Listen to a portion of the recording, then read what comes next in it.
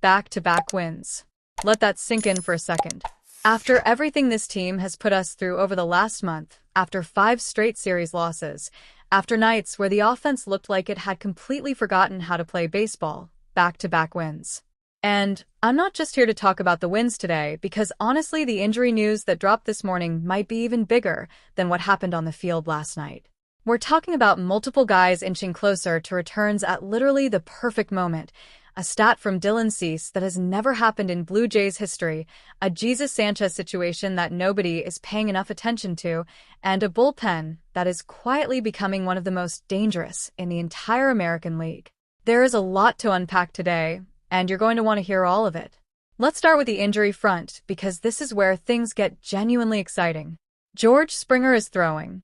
Not just light toss, not just standing around looking athletic, he's throwing for the first time since he broke his toe, and per John Schneider, he's doing dynamic warm-ups, mobility work, and he's actually ahead of schedule when it comes to his running progression. There were reports a couple weeks ago that suggested he might miss more time than initially expected, and honestly, when you heard broken toe, you started bracing for a longer absence. But the reports coming out now, specifically from Hazel May, suggests that Friday could be a realistic target for his return. Friday. As in this week. As in potentially the end of this current road trip. If that happens, if George Springer slides back into this lineup right now while the team is starting to find some rhythm, that is an absolutely massive development. Because think about what this lineup looks like without him, and it's still starting to produce. Nathan Lucas has been on fire. David Schneider has looked really good. The offense is trending in the right direction without Springer even in the picture yet. You add him back in and suddenly Nathan Lucas is a depth piece again instead of a lineup necessity. That changes everything about how John Schneider can construct this batting order on a daily basis. And Springer isn't the only one. Addison Barger started running at the player development complex today. He's been hitting, throwing, and fielding, and while he's still a couple weeks away from being ready to contribute at the big league level, the fact that he's moving around like this is a genuinely encouraging sign. When Barger gets back, this lineup gets even deeper. And Dan Schulman mentioned it on the broadcast yesterday. When you start stacking these returns on top of each other, on top of an offense that's already beginning to turn the corner, you're looking at a team that becomes very dangerous very quickly. You're not rebuilding momentum anymore. You're building actual sustained production with reinforcements arriving on a weekly basis. Then there's the pitching side of things, and this is where I genuinely cannot contain my excitement. Trey Savage and Jose Barrios are both doing rehab games this week. Savage is expected to be cleared after today's outing. Barrios throws tomorrow. Shane Bieber is throwing another bullpen today, and while his timeline is a little further out, the fact that he's progressing is huge for what this rotation looks like in June and July.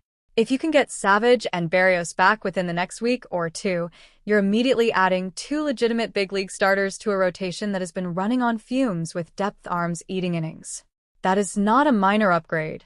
That is a fundamental shift in how this team is constructed on a day-to-day basis. And Jimmy Garcia threw live batting practice for the first time Wednesday. First time. This is a big one. Because when you think about what this bullpen can look like when it's fully healthy and assembled, Tyler Rogers is elite right now, genuinely one of the better relievers in the American League. Louis Varland, and I'm going to say this clearly, is pitching like one of the best relievers in baseball. His numbers right now are up there with guys like Mason Miller in terms of pure dominance. The gap between them in terms of reputation and the gap between them in terms of actual current performance are 2 completely different things. When you add Jimmy Garcia back into that mix, sitting in that 6th inning setup role, with Rogers and Hoffman working around the edges, you are looking at a bullpen that opposing lineups are going to genuinely fear. And Ricky Tiedemann is back, throwing bullpens as well after being shut down in February. He's likely a second-half contributor at the earliest, but knowing he's healthy and progressing matters for the bigger picture. Now let's talk about something that I genuinely think is flying under the radar right now, and that's the Jesus Sanchez situation. He sat yesterday against the left-hander, but look at his numbers against right-handed pitching this season. He's carrying a .345 expected batting average. That is an elite number. The advanced metrics are screaming that he is significantly underperforming what his underlying contact quality suggests he should be hitting. That kind of gap between expected production and actual production almost always closes, and it almost always closes in the hitter's favor. Keep a very close eye on Jesus Sanchez over the next few weeks, because if he starts hitting anywhere close to what the analytics say he should be, this lineup gets even scarier. And then there's Vladdy, who, by the way, has a WRC plus over 160 right now. He hasn't found his home run swing yet. The launch angle isn't where it was last year, but he's getting on base at an absurd rate and making elite contact every single time he steps in the box. When the power comes back, and it will, this man is going solid innings, kept the bullpen fresh, and let Varland, Braden Fisher, and Tyler Rogers close it out in complete comfort.